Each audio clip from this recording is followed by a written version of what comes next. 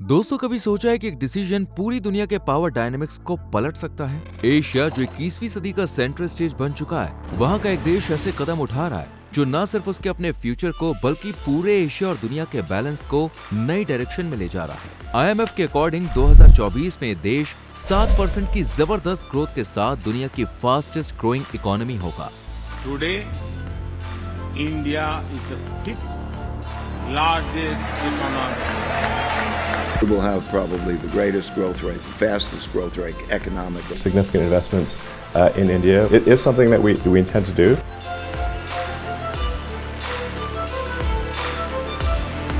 Cheers.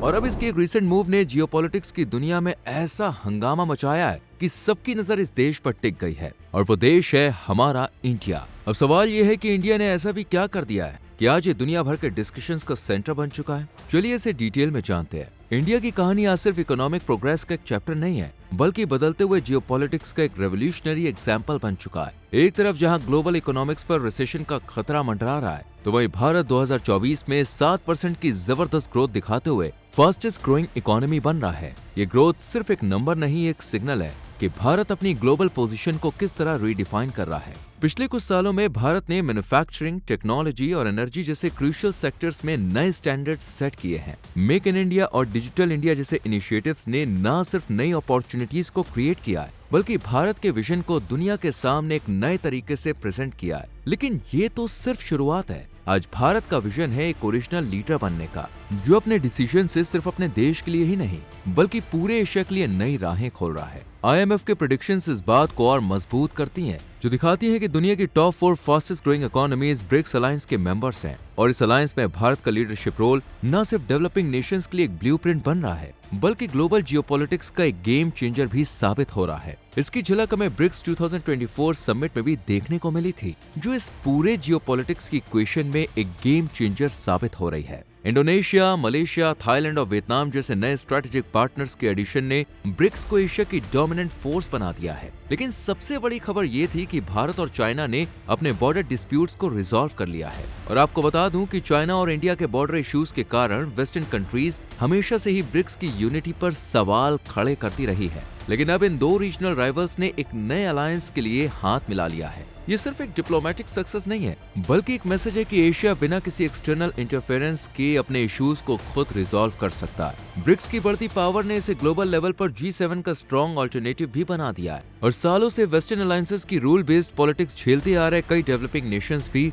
BRICS को एक नई होप की तरह देख रहे हैं। वहीं दूसरी ओर वेस्ट भारत और रशिया के लगातार मजबूत होते अलायंस से भी परेशान है। एक टाइम था जब भारत का रशिया के साथ ऑयल ट्रेड ऑलमोस्ट जीरो के बराबर था, लेकिन आज की डेट में भारत हर 2 million barrels Russian oil import करता है। अपने इस कदम से भारत ने न सिर्फ अपनी एनर्जी सिक्योरिटी को सिक्योर किया है, बल्कि इसे एक इकोनॉमिक मास्टर स्ट्रोक भी कहा जा रहा है। ऐसा इसलिए क्योंकि भारत यही सस्ता रशियन ऑयल खरीदकर यूरोप को डबल रेट्स पर रीसेल कर रहा है। नॉर्वेजियन पॉलिटिकल प्रोफेसर क्लेंटाइज ने सिचुएशन को economic suicide bye virtual signalling कहा है। यही नहीं, भारत रशिया को रिस्ट्रिक्टेड टेक्नोलॉजी भी सप्लाई कर रहा है, जिसमें माइक्रोचिप्स और मशीन टूल्स जैसे क्रिटिकल आइटम्स शामिल हैं। जुलाई 2024 में ही भारत का एक्सपोर्ट $95 मिलियन तक पहुंच गया था, और हम चाइना के बाद ये रिस्ट्रिक्टेड आइटम्स एक्सपोर्ट करने वाले रशिया के सेकंड बिगेस्ट सप्लायर बन चुके हैं। ये वही टेक्नोलॉजीज हैं जिनका इस्तेमाल रशिया अपने मिलिट्री पावर को बढ़ाने के लिए करता है। लेकिन इसके बावजूद दुनिया इस मामले पर चुप्पी साधे हुए है, जो दिखाता है कि भारत ने पिछले कुछ सालों में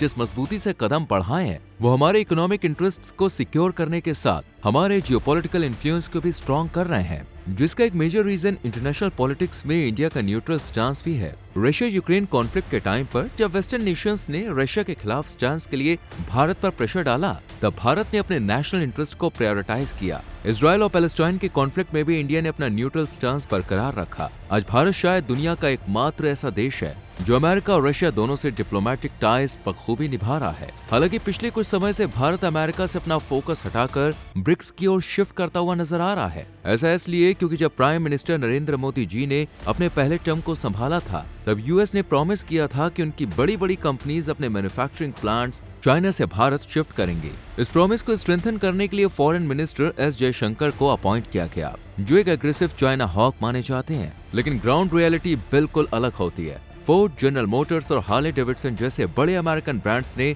भारत के मार्केट से एग्जिस्ट कर लिया। हालांकि यहाँ हमें ये भी समझना होगा कि मैन्युफैक्चरिंग के टर्म्स में भारत को भी चाइना के सप्लाई चेन और इंफ्रास्ट्रक्चर से कम्पीट करने के लिए काफी काम करना बाकी है। इसका एक एग्जांपल है फॉक्सकॉन का इंडिया में आईफोन्स मैन्युफैक्चर करना, जिसमें से 50% आईफोन्स क्वालिटी स्टैंडर्ड्स पर खरे नहीं उतर पाए। लेकिन इंडिया ने इसे एक लिमिटेशन के रूप में नहीं, एक अपॉर्चुनिटी के रूप में देखा। चाइना की तरह वर्ल्ड फैक्ट्री बनने की कोशिश करने के बजाय भारत ने एनर्जी ट्रेड, टेक्नोलॉजी एक्सपोर्ट्स और ब्रिक्स लीडरशिप जैसे एरियाज में अपने स्ट्रेंथ्स को लीवरेज किया, जो दिखाता है कि इंडिया का विजन सिर्फ एक इकोनॉमिक लीडर बनने का नहीं, बल्कि एशिया के फ्यूचर को लीड करने का है। ब्रिक्स अलायंस के साथ इंडिया की पार्टनरशिप्स डेवलपिंग नेशंस के लिए एक नई डायरेक्शन सेट कर रही है। अभी के समय में ब्रिक्स सिर्फ एक इकोनॉमिक ब्लॉक नहीं, एक जियोपॉलिटिकल फोर्स बन चुका है। इंडिया का फोकस है अपने रीजनल ऑटोनॉमी को मजबूत करना और वन साइडेड अलायंसेस को रिजेक्ट करना। मोदी जी का ये मैसेज क्लियर है कि इंडिया किसी भी अलायंस का पॉन नहीं बनेगा, बल्कि एक इक्वल पार्टनर के रूप में ऑपरेट करेगा। ये नए इंडिया का विजन है जो अपने लॉन्ग टर्म इंटरेस्ट्स और एम्बिशंस को प्रायोरिटाइज करता है। और हमारे इस डिसीजन का इम्पैक्ट सिर्फ एशिया तक सीमित नहीं होगा, ये डिसीजन पूरी दुनिया की ग्लोबल पावर डायनेमिक्स को बदल सकता है। वैसे आप इसके बारे में क्या सोचते हैं? क्या इंडिया अपने नए अलायंसेस के साथ एशिया का लीडर बनेगा? अपना ओपिनियन नीचे कमेंट्स में जरूर बताएं। अगर ये वीडियो पसंद आई हो तो लाइक करें, शेयर करें और ऐसे ही एक्सपर्ट जियोपॉलिटिकल एनालिसिस के लिए चैनल को सब्सक्राइब करना ना भूलें। मिलते हैं अगले एपिसोड में। Till then bye bye, take care, thank you so much for watching.